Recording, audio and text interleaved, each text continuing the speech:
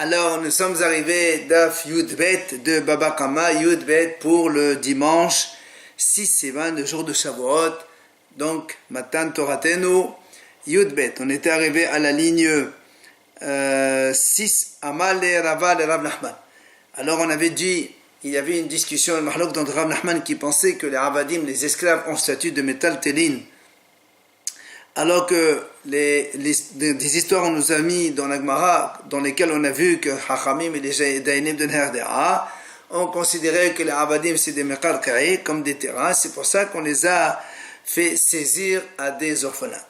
Amal et Rava de Rav Nachman. C'est là où Rava il lui dit à Rav Nachman, il lui dit Ha'ula. Voilà Ola, il a dit que les Avadim ils ont statut de Mekal Ka'i, comme des terrains. Ha'da bin Azar aussi. Ha'da Dayanim de Neherdea aussi. Tous ils pensent la même chose que les esclaves en statut de terrain. Et toi pourquoi tu dis que les Avadim, les esclaves sont considérés comme des objets mobiliers? Amal il lui répond, Nahman il lui dit moi j'ai une braïta. Quelle est cette braïta? Détani Avimi. Avimi il a enseigné, il a dit comme ça. Nous savons que dans la 7e année, après la 7e année, toutes les dettes qu'on n'a pas pu donc se faire rembourser, ils sont ce qu'on appelle Shamot, Kolba al-Maché Ado, et donc ils sont abandonnés. Mais Hillel, il a instauré Prosboul, quand il a vu que les gens ne voulaient plus emprunter à la fin de la Shemitah, donc c'est le Prosboul, c'est-à-dire on transmet nos dettes au tribunal pour que nous, on est chalière de tribunal pour les encaisser. Or, pour faire cela, il faut que l'emprunteur possède une parcelle de terrain. C'est pour ça que Avimi dit, ce prosboul, il marche. S'il possède du terrain le lové, alors on peut faire un prosboul et on acquiert, donc on peut se faire rembourser notre dette, même après la Shemitah. Il n'y a pas de Shemitah quand il y a prosboul. Mais par contre, si le lové possède des esclaves, ça ne marchera pas. Donc tu vois bien que les esclaves n'ont pas le statut de terrain selon Rav Nachman. Deuxième idée, rajoute Rav Nachman,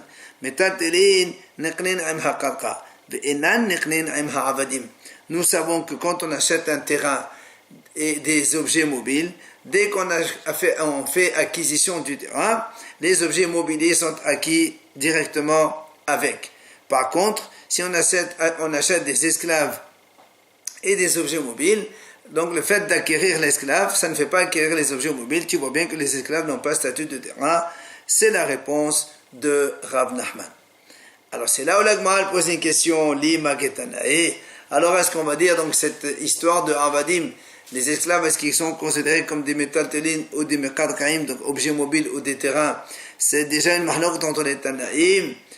Là voilà, la Braïta dit, Machalo Avadim mekad kaot, si un homme, ils vont à son prochain des esclaves et des terrains. Même s'il a fait l'acquisition des esclaves, il n'a pas encore acquis les terrains. Même s'il a acquis les terrains, il n'a pas acquis les esclaves à travers ces terrains. Ça, c'est dans le cas où il a vendu des esclaves et des terrains.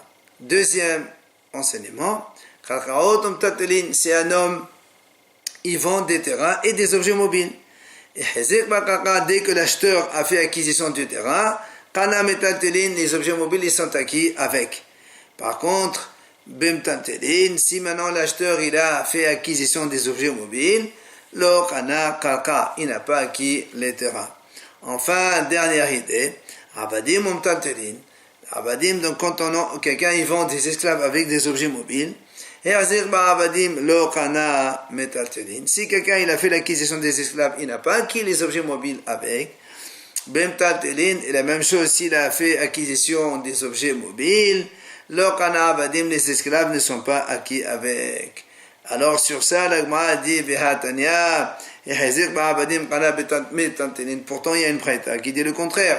Si quelqu'un il a fait acquisition des esclaves, les objets mobiles ils sont acquis avec eux.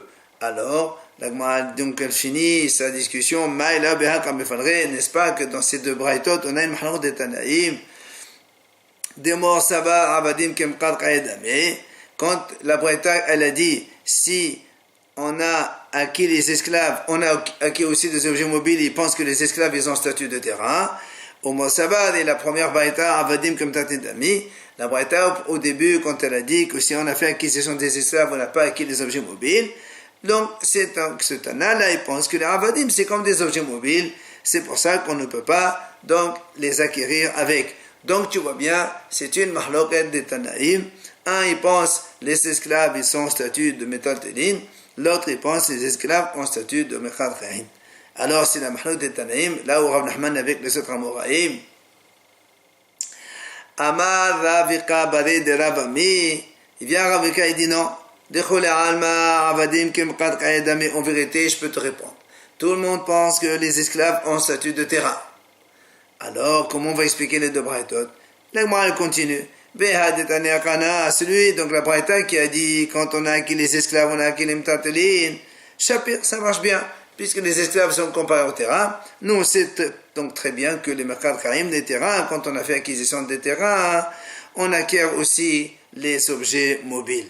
Maintenant, comment tu expliques voilà, il y a une braïta qui dit que si les avadim c'est des terrains, comment alors ça se fait que la braïta, l'autre a dit que si on a acquis des esclaves, on n'a pas acquis les objets mobiles? Alors, moi, je réponds,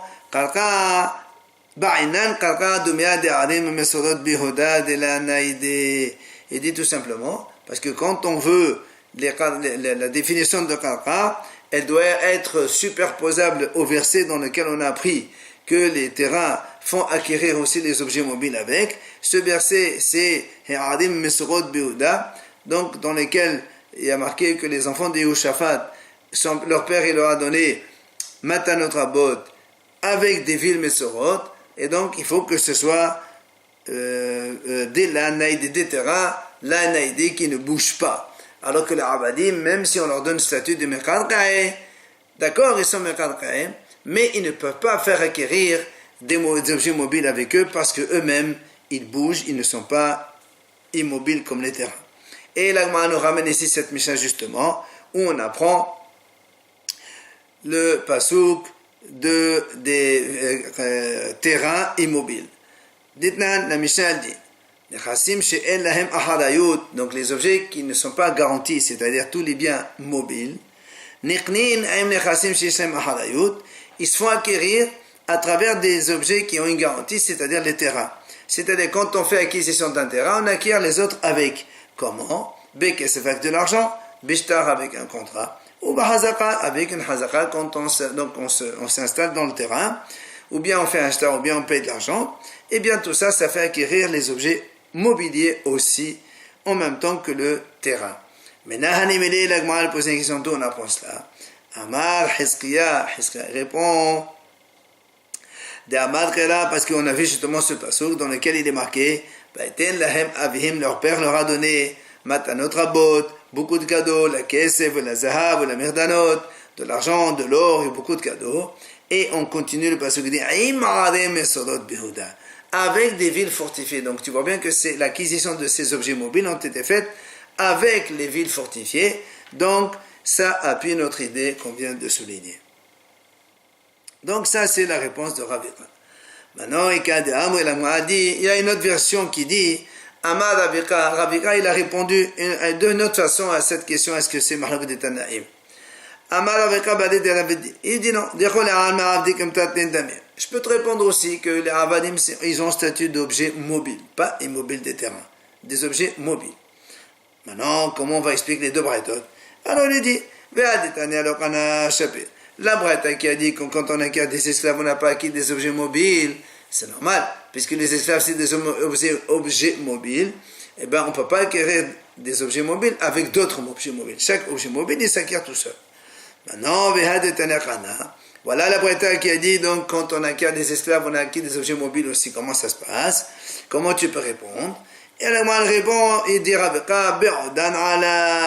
en fait, parce que l'esclave, il avait des objets sur lui-même, il portait lui-même des objets. Cela, quand on acquiert l'esclave, les objets qui sont sur lui, ils sont aussi acquis. Alors, la a dit comment? Et alors, s'il les avait sur lui, la m'a dit, mais nous on a un principe que le concept de Hasem Mehaler, même un terrain qui est mobile, qui marche, il ne peut pas acquérir. Donc même si tu considères cet esclave comme un khadra, vu qu'il marche, donc il ne peut pas acquérir. Même s'il y a des objets sur lui, on ne peut pas les acquérir. Ah, tu vas me répondre, très bien, celui-là il n'est pas en train de marcher, l'esclave il est debout. Il m'a dit, même ça, ça ne marche pas. Pourquoi? Il a dit Rabba, parce que Rabba il a dit, même si quelqu'un il est debout, dans la mesure où s'il marche il n'acquiert pas, même quand il est debout il n'acquiert pas. Or ici l'esclave quand il marche il n'acquiert pas, debout non plus. Et l'Agma répond, l'Agma dit c'est vrai, mais si on attache l'esclave, il ne peut plus bouger, alors dans ces cas-là il a le même statut que le Khara, et donc il va acquérir les objets qu'il y a sur lui. Maintenant, l'Agma a dit, pourtant, on a vu en haut que quand quelqu'un il a acquis le terrain, il n'a pas acquis les esclaves avec. Voilà, pourtant, il y a une autre braïta qui dit, quand quelqu'un il a acquis un terrain, eh bien, il a acquis aussi des esclaves. Alors, il lui dit, Hatam, l'Agma répond, et c'est parce que les esclaves, ils sont dans le terrain, c'est pour ça qu'il les a acquis. Mais s'ils sont en dehors, il n'y a pas d'acquisition à travers le terrain. Alors, l'Agma dit quoi? Mekelai. Donc, d'après toi, quand la Breta, l'autre qui a dit que quand on acquiert le terrain, on n'acquiert pas les esclaves, ça veut dire parce que les esclaves, ils sont à l'extérieur du terrain. Ah, l'Agma dit Haniha,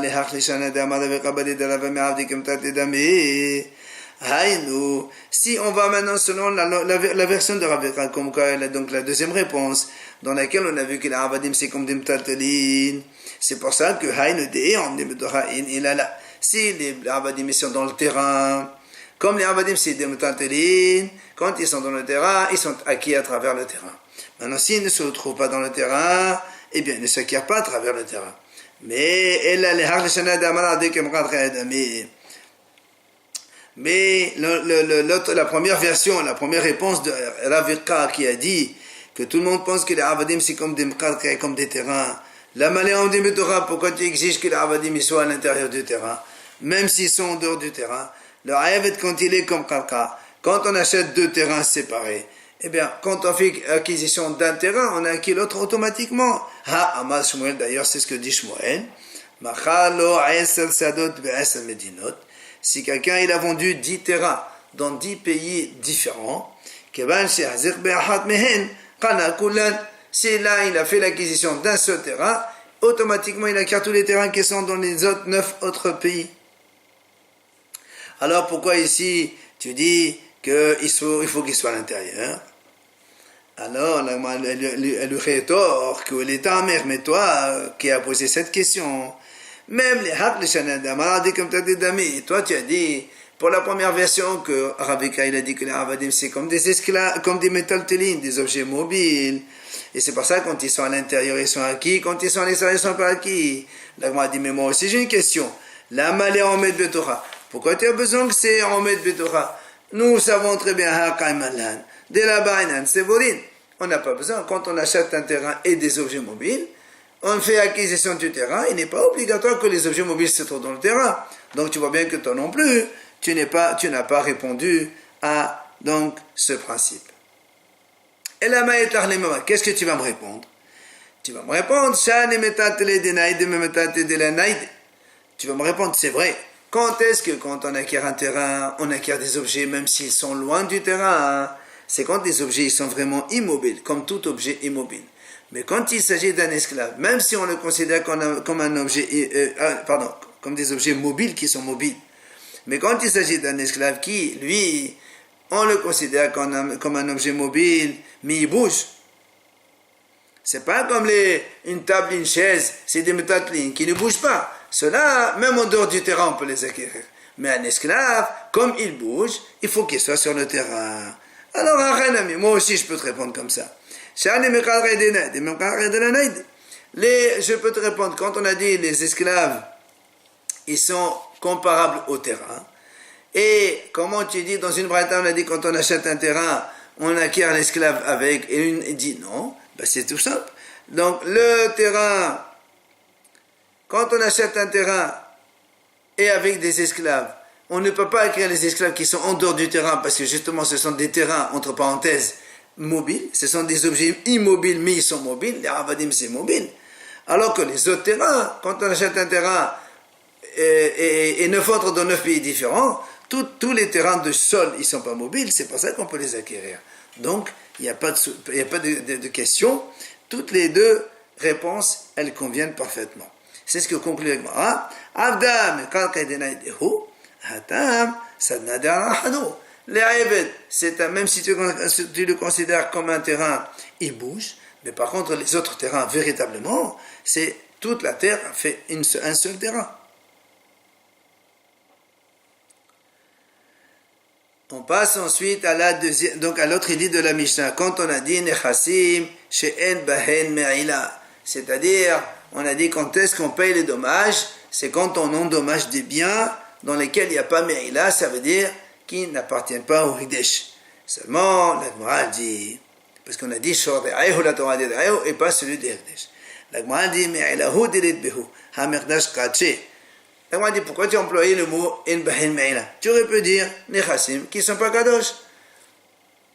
Si tu as dit Me'ila, ça veut dire que même des choses qui sont Hekdesh, ils sont Kadosh, mais il n'y a pas Me'ila. Donc même les objets, c'est-à-dire quand il n'y a pas Me'ila, Nechassim She'en Bahen Me'ila, donc on ne paye pas. Mais s'il est Kadosh, même s'il n'y a pas Me'ila, même s'il n'est pas Me'ila, on est Hayab. C'est ça. Donc, s'il y a des biens qui sont Kadosh, et qu'il n'y a pas de Me'ila, on est Hayab de payer. Alors, il m'a dit maintenant, pourquoi? Qui est l'auteur de ça? Amar Rabbi Hanan beqadashim qalima libada b'sir Galili. D'ama maman be'alimhu. Là, on m'a dit, il s'agit ici de Qadashim Qalim, c'est-à-dire des sacrifices légers, Shlamim, Toda, Bechor. Et selon Rabbi Yosef Galili, qui lui considère que les Qadashim Qalim, c'est Mammon Be'alim, c'est la propriété du propriétaire. Pourquoi? Parce que les Qadashim Qalim, il n'y a pas de Me'ila quand ils sont encore vivants. Il n'y a que quand on a fait le sacrifice, et quand on a aspergé le sang, là il y a Me'ila. Mais quand ils sont vivants, il n'y a pas de Me'ila. Donc Rabbi Yosef Galili pense qu'un animal qui est Shlamim ou Toda ou autre, qui est vivant, si on encorne, on doit payer. Et comment il apprend ça? Détania, comme la Braïta a dit, Umar al Bashem, les rabot Qadashim Qalim, Shehen Mamonon de Yosef Galili. Donc le mal rapporte ici l'enseignement de Rabbi Yosef Galili qui a dit que dans la Braïta c'est marqué, étant donné que la Torah a dit Umar al Bashem, le mot Bashem il est en plus, les rabot Qadashim Qalim, que même Qadashim Qalim, si quelqu'un il faute contre ces Qadashim Qalim, là-bas on parle dans le cas où quelqu'un il a confié, après il a nié, il a dit que c'est volé, il a nié, après il a juré, après maintenant il avoue que c'est vrai, il paye capital plus un cinquième Hacham, et bien la même chose, si quelqu'un il confie un animal Shlamim à un autre, et donc l'autre, pourtant c'est un animal Kadosh, mais comme il n'y a pas encore Me'ila, alors, c'est ce que dit ici, Shehen Mamulo, selon Rabbi Yosef Galili. Donc, après, celui à qui on a confié ici, nie, après il jure, et après il veut avouer, eh bien, c'est comme si c'était un animal qui appartient au monsieur lui-même, même s'il est Kadosh, il paye le capital, plus un cinquième, plus Korban Hacham. Sur ce, la Gemara pose une question. Pourtant, il y a une Mishnah qui dit, Hamekadesh behercho, ben bechodsher kadashim, ben bekadashim kalim, ben hamekadeshet. Pourtant, la Mishnah dit, celui qui fait un Kohen, qui mekadesh une femme, avec une part de kadashim kalim ou de kodsher kadashim, elle n'est pas mekodeshet. Et nous, on vient de voir maintenant que les kadashim kalim, selon Rabbi Yosef Galili, ça s'appelle le bien du propriétaire. Pourquoi on ne peut pas être mekadesh une femme comme ça? L'Ima de là que Rabbi Yosef Galili, alors on va dire que cette Mishnah, elle ne marche pas comme Rabbi Yosef Galili, donc question contre lui. La Gemara dit non, Afilotema, Rabbi Yosef Galili, je peux te dire que Rabbi Yosef Galili marche aussi selon cette Mishnah. Alors comment ça se fait que la Mishnah a dit qu'on ne peut pas marier une femme avec Qadashim Qalim et Rabbi Yosef Galili dit que c'est Mammon Be'alim? On répond que c'est Maman Baranim, mais Hayim, quand l'animal il est encore vivant. Aval et Hashita.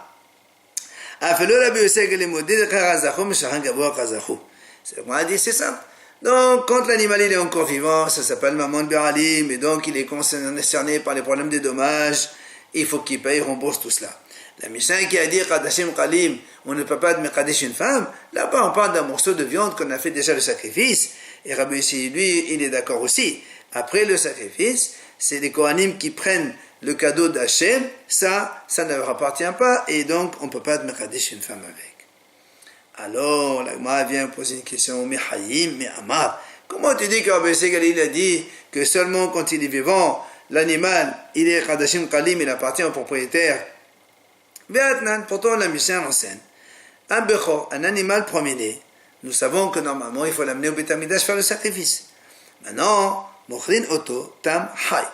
Un homme, imaginons qu'il a un premier-né ou un Kohen, il veut le vendre. Il peut le vendre quand il est tam, c'est-à-dire qu'il est entier, parfait, il n'y a pas de moum, vivant. Il peut le vendre. Seulement, on sait très bien que celui qui l'achète, il n'a pas le droit de le manger jusqu'à ce qu'il tombe un moum pour qu'il puisse l'égorger et le manger. Ou va al moum. Maintenant, si le Bechor, il a eu un défaut, dans ces cas-là, on peut le vendre vivant. Et on peut aussi le vendre shahut, puisque de toute façon, maintenant, tout le monde peut le manger. Et on peut même Mekadesh avec une femme. Donc, le Kohen, il peut être Mekadesh avec ce Bechor, une femme. Nahman sur cette Mishnah, Nahman, il dit, Amara Babaravu, non de la Babaravu, quand est-ce qu'on a dit que le Bechor Hay, c'est Maman Baralim, quand il est tam et qu'il peut le vendre, Bazman Hazé. Et là, Bechor Bazman Hazé. Pourquoi? Parce que comme aujourd'hui, il n'est pas sacrifiable sur le Beit Hamikdash, il n'y a pas de Beit Hamikdash, alors le Bechor, animal premier-né, on l'appelle propriété du Kohen quand il est vivant. Aval. Là. Mais quand il y a le Beit Hamikdash, eh bien, étant donné que le premier-né animal, même s'il appartient au Kohen, il est destiné à être sacrifié, même quand il est vivant, il n'appartient pas au Kohen. Alors, quand il a dit ça, Rav Nachman, au nom de Rabba Baravo, Rabba lui dit pourtant, pourtant nous on a vu dans une Mishnah que selon Rabbi Yossi Galilée, que les Qadashim Qalim, comme le Bechor d'ailleurs, il est Qadashim Qalim, c'est la propriété de son propriétaire. Alors comment tu dis que quand il y a au Beit Hamikdash, il n'est pas la propriété du propriétaire, du Kohen donc,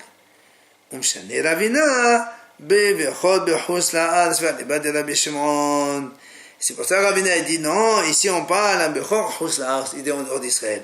Et selon Rabbi Shimon, qu'est-ce qu'il a dit Rabbi Shimon? Il a dit si quelqu'un il a un premier-né en Chutz La'aretz, il l'amène à Yerushalayim pour le sacrifier, donc il est ami, il peut l'amener, il peut le sacrifier. Rabbi Shimon a dit seulement s'il les a amenés, alors on peut le sacrifier. Mais les khatila, il ne faut pas l'amener. Un animal qui vient de Chutz La'aretz, il ne faut pas l'amener. Il faut attendre là-bas ce qu'il ait un défaut et il le mange là-bas. Tout ça, c'est la discussion. Maintenant, la Gemara, elle pose la question. Si tu penses que Rabbi Yossi Galilée, il dit que quand il est vivant, l'animal qui est kadosh, il est la propriété du Kohen, alors, dans ces cas-là, pourquoi ici Ravina il n'a pas répondu, au lieu de répondre Bechor Chutz La'aretz, au lieu de répondre, c'est ça, Ravina au lieu de dire Bechor Chutz La'aretz, il n'a qu'à lui dire, il n'y a pas de problème, celle qui a dit que c'est pas la propriété, ici la Mishnah qui a dit que le Bechor Bazman Hazé. Donc, alors, si on dit que c'est Mamono Mechayim, Rabina il aurait dû lui répondre tout simplement Ha Rabbi Yossi Galilée, Veha Rabbanan. C'est-à-dire, l'Abbé Nachman, quand il a dit, quand est-ce qu'on a dit que c'est la propriété seulement, quand il n'y avait pas le Beth Amikdash, mais quand il y avait le Beth Amikdash, même du vivant, c'est pas sa propriété. Ben, il n'a qu'à le dire, lui, il pense comme Hachamim. Et là, ici, c'est comme Rabbi Yisraël Galilée, qui lui dit, Mamono Mechaim. Pourquoi il n'a pas répondu ça? Donc, tu vois bien que Mechaim, certainement que Rabbi Yisraël Galilée, il n'est pas d'accord que c'est la propriété du Kohen ou du propriétaire. Alors, la Gemara repousse là, elle dit, Matenot ki on a ka'amdan. Shani Matenot ki on a deche kazacho, mishahan gabo a kazacho. La Gemara dit, comment tu peux me comparer avec le Bechor? Le Bechor lui-même, ça s'appelle Matenot ki on a. Ça fait partie des 24 autres choses que Hachem a donné cadeau aux Kohanim. Et nous, on a dit, tout ce que Hachem a donné aux Kohanim, ça s'appelle pas la propriété des Kohanim, ça s'appelle la propriété de Hachem. C'est pour ça que là-bas, Mechaïm, ils appartiennent pas aux Kohen. Mais nous, on parle ici d'un animal que nous, on a sanctifié. Et là, c'est Rabbi Yosef Galilée, d'accord, que quand tu l'as sanctifié toi-même, eh bien, Mechaïm, il est au propriétaire, et donc, comme il est au propriétaire, si on endommage, alors on doit payer les dommages, comme on a dit au tout début. Shabbat Shalom, Chag Sameach, Rabbi Perez.